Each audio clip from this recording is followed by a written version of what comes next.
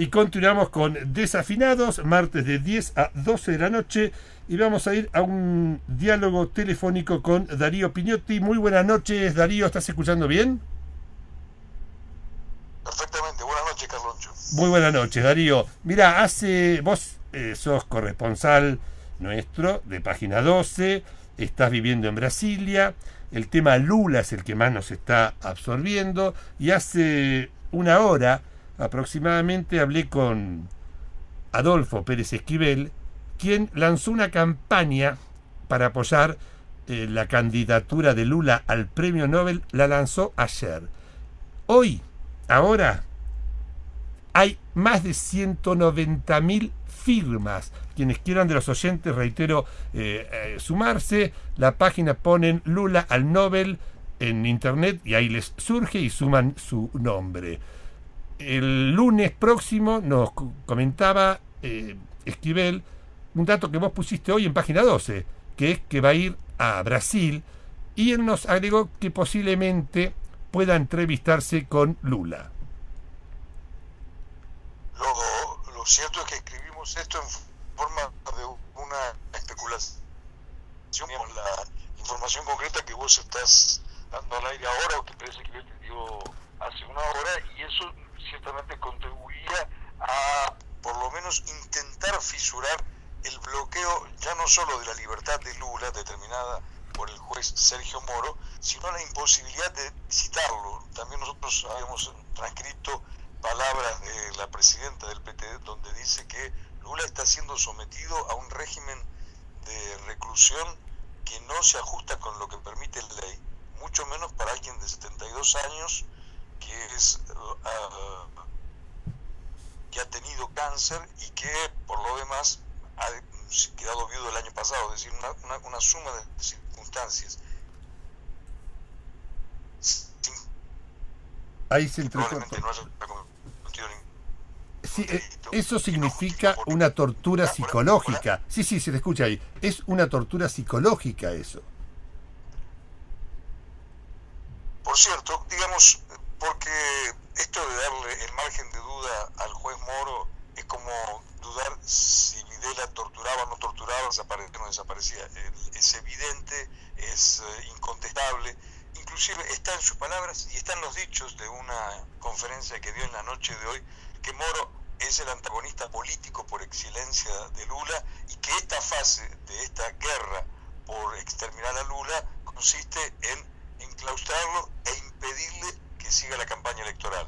Y el enclaustrarlo también significa aislarlo políticamente. El régimen que perpetró el golpe, que en su obra era jurídico, mediático, y que a esta altura ya ha mutado para una manera política, mediática, jurídica y militar, va a consentir no solo que Lula participe en las elecciones, que sea candidato, sino que continúe haciendo política.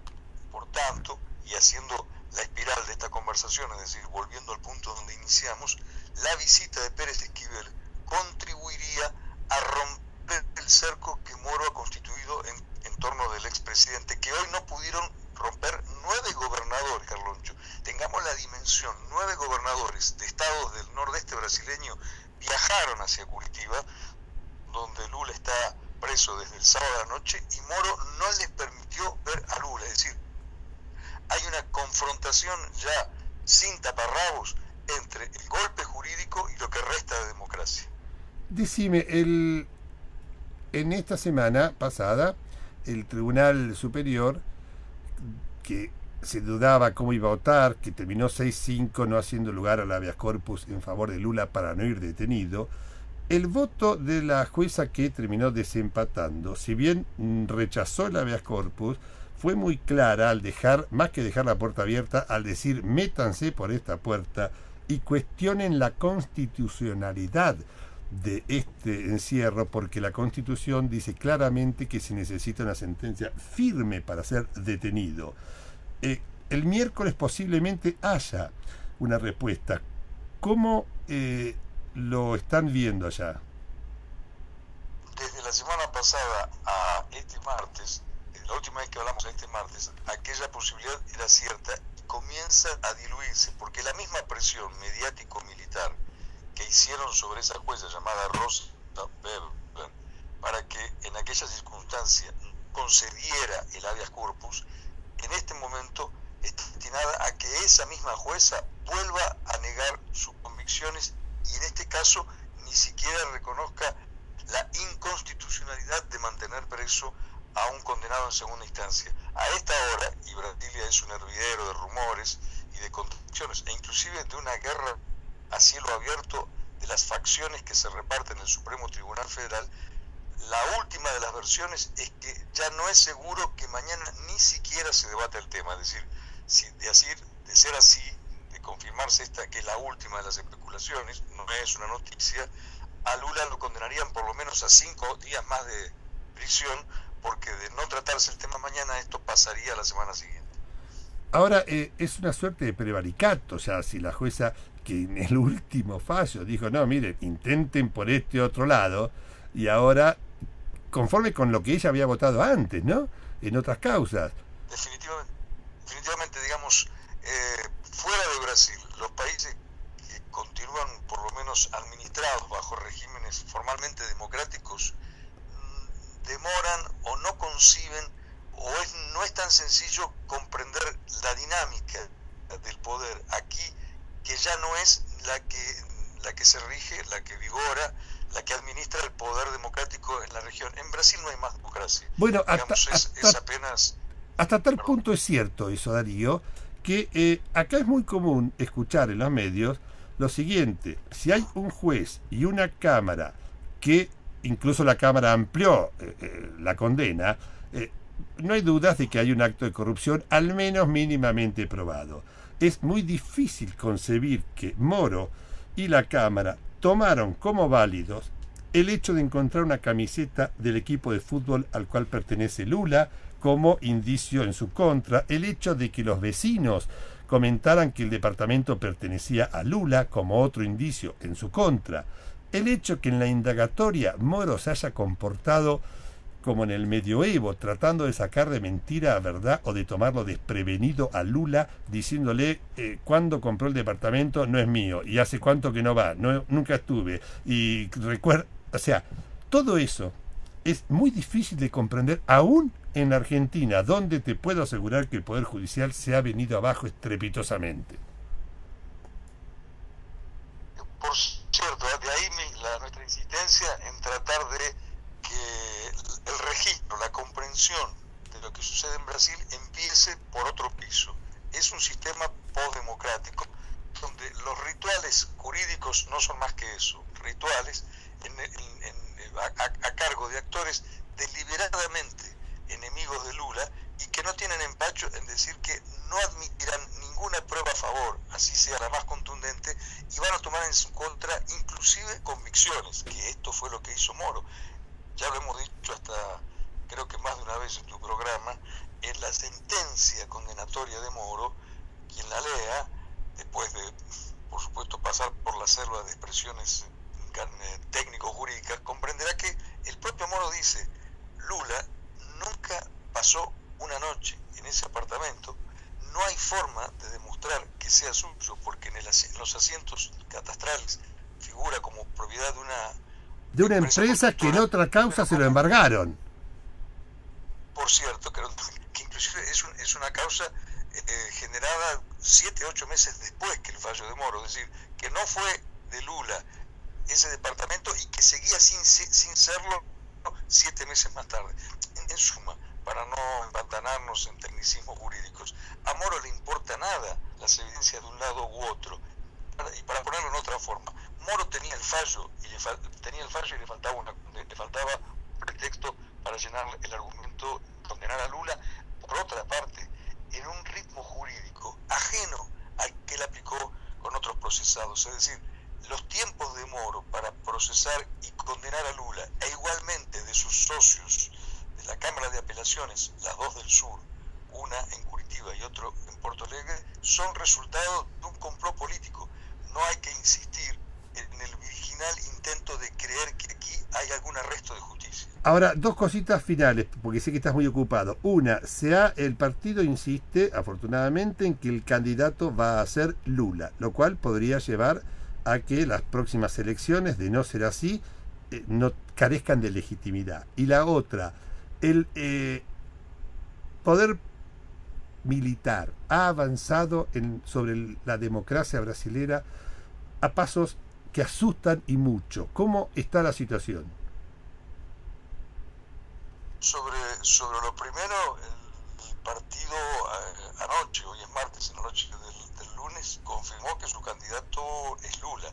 Pero este biombo postdemocrático que se empeña en simular que aquí hay una normalidad institucional, no se limita a las maniobras dolosas del Poder Judicial, sino que se extiende a todo el sistema que se dice a sí mismo democrático. Te doy un ejemplo. Comenzó a correr el rumor, todavía no es una noticia, de que la próxima encuesta de la principal consultora brasileña, que es Datafolha, podría colocar entre los candidatos solo aquellos que están permitidos por la justicia electoral, es decir, harían una encuesta sin Lula. Sería esto un fraude anterior a la votación, porque si no consultan al público sobre es deslegitimar las elecciones. Eso, de todas maneras, a esta hora hubo una demanda no jurídica, sino política del Partido de los Trabajadores hacia Datafolha, y tal vez este malentendido sea resuelto. El caso es que la tendencia del régimen es primero quitar a Lula como candidato, luego encerrarlo y luego proscribirlo directamente de la vida política. De allí la importancia de que fuera de Brasil, en los países donde aún restan democracias más o menos formales, se denuncie esto y se actúe, porque, por cierto, los relatos sobre lo que está ocurriendo entre los escribas, los trabajadores de prensa de las grandes industrias de la desinformación en Brasil y los corresponsales son muy distintos, no porque haya mejores y peores periodistas, sino porque los que vienen desde el exterior no están sujetos a las presiones de desinformación que existen aquí. Por ejemplo, el tema de las firmas de Lula para el Nobel, que ya en un día juntó 190.000, allá aparecen los medios. De manera muy colateral, es decir, es una información relegada, no es una información a la que se le da el peso que tiene. Por supuesto que cuando llegue aquí Pérez Esquivel la semana próxima tendrá una cobertura periodística, pero igual que ocurrió en otras visitas, una cobertura que lo que procura o lo que uno detecta en ellas es dar la noticia pero no informar, es decir, tratar aspectos a veces anecdóticos o también en otros casos darle una intensidad noticiosa muy relativizada, lo cual se parece mucho a no informar. Claro, pero si se toma conocimiento de esta página, supongo que muchísimos ciudadanos brasileños podrían sumarse, lo cual sería políticamente muy fuerte. Y lo otro, lo de los militares, Darío, así te dejamos en paz. Los militares era aquello de lo que hablamos al principio, la lenta y silenciosa marcha de las Fuerzas Armadas, no hacia la toma de la Bastilla, sino al control de la Bastilla, no cejó. Es decir, desde la semana pasada al presente, las presiones en corrillos de las Fuerzas Armadas, alguna parte de ellas también es un territorio al cual los periodistas, o por lo menos los corresponsales, no tenemos un acceso directo, se percibe, continúan estas coacciones o estas sugerencias, de lo cual daría prueba, por ejemplo, la actitud de la jueza Rosa Weber, que se vería obligada en un nuevo voto, por lo pronto esto es solamente hipotético, a desmentir lo que ella dijo ya hace una semana. Es decir, recordemos a tu público de lo que hablábamos hace 3 minutos. Hace una semana, el miércoles pasado, ella dijo: no le concedo el habeas corpus a Lula, pero estoy, en términos de constitucionalidad, en contra de que un procesado, con un condenado, en segunda instancia, vaya preso inmediatamente. En mi parecer, quien está condenado en segunda instancia tiene derecho a llegar a otra fase de apelación. A esta hora, hoy, lo que corría en Brasilia era que Rosa Weber habría sido por segunda vez, entre comillas, persuadida para cambiar su voto. Acá ocurrió en la Corte nuestra con el tema del 2x1, y una masiva movilización obligó a la jueza, la única jueza en la Corte de la Nación, a cambiar rápidamente de opinión. Hasta ahora en Brasilia, corrijo, en Brasil no han habido, y eso ese es el punto también que llama la atención. Uno pensaba que Brasil iba a salir a la calle toda, y no ha habido eso. No lo ha habido. El único foco, no el único, pero el más visible y el más contundente fue aquel que contuvo a Lula para que no se entregara a la policía el sábado pasado, que finalmente Lula logró disuadir, y ahí sí había una multitud, y se presentó ante los agentes de la Policía Federal. Pero convengamos en que Brasil no paró. Es gigante, además, no Brasil. Millones volcados a la calle. Tampoco aquí en Brasil se trabaja de tipo por algo de lo que ya hemos hablado muchas veces contigo, que hacen de Brasil una muy singular isla gigantesca, una isla de 8 millones y medio de kilómetros cuadrados, rodeado de otros países de un continente que es Latinoamérica, y que uno muchas veces se pregunta si Brasil también lo es. Decime, y me había olvidado, y con esto ya no te molesto más. Dos cositas. Una, vos recién hablabas de la toma de la Bastilla, que no había sido hasta ahora una toma de la Bastilla de los militares. Ahora recordemos que en realidad la toma de la Bastilla es un hecho, si se quiere, hasta militar. Pero el verdadero hecho revolucionario fue que el tercer Estado se declare soberano. Y acá, desde ese punto de vista, el poder militar ha generado un hecho revolucionario, que es que se lo incorpore junto al tercer Estado al poder militar. Sí, por cierto, además fue una comparación infeliz de mi parte, porque se trataba de una toma con vector progresista y revolucionario, como fue la Revolución Francesa. Esto sería regresivo y contrarrevolucionario. Exacto. En todo caso, a lo que no, era claro a qué te referías, Darío. Lo mío es una acotación tonta. Y lo otro que sí me importa saber tu opinión es una declaración que hicieron los Sin Tierra de un grado de, no de choque ni de violencia, pero te diría que hasta furibundo, donde directamente llamaban a salir a ocupar departamentos y a quemar todo Brasil si Lula iba preso. ¿Qué es eso y en qué estado está? Sí, leí es menos que un manifiesto, en realidad es una proclama de una carilla. Por cierto, eso hace a la índole del movimiento de los trabajadores rurales sin tierra, que son el mayor movimiento popular de América Latina, y que cuentan todavía hoy con una presencia importante en el espacio progresista, en el campo popular, para decirlo de una forma más precisa brasileña. Pero también convengamos que los sin tierra, aquellos que lograban por lo menos influir o gravitar en Brasil en los años 90 y principios de la década pasada, ya no lo son. Es decir, la capacidad de movilización y el número de militantes que tuvieron los sin tierra no son lo que fueron, por lo que a esta hora lo que cuenta es que sí, los sin tierra y los sin techo, y aquí sí estamos frente a un movimiento social creciente, que es la traducción urbana de lo que fueron los sin tierra, por ponerlo en una comparación un tanto rústica, sumados más la coalición de fuerzas de izquierda que el sábado pasado estuvieron junto a Lula cuando anunció que habría de entregarse a la policía. Allí sí está germinando un dato político nuevo, pero que no llega a eclipsar el dato catastrófico. Lula está preso, Lula está aislado, y la fuerza del régimen parece direccionada a impedirle que vuelva a hacer política. Claro que este no es un capítulo definitivo y que la disputa no está cerrada, pero sería conveniente que tomemos nota de este dato definitivamente adverso, grave, quizá catastrófico para la marcha de la historia política brasileña y de los intereses de las mayorías brasileñas. Darío, no te molesto más, cumplí con vos 5 minutos como me pediste. Te agradezco mucho que hayas seguido dialogando. Continúa con tu trabajo y te mando un fuertísimo abrazo. Carloncho, un gran abrazo y un beso para tu mamá. Hasta pronto. Muy amable, Darío. Darío Pignotti, corresponsal desde Brasilia, hablando de la situación de Brasil y Lula.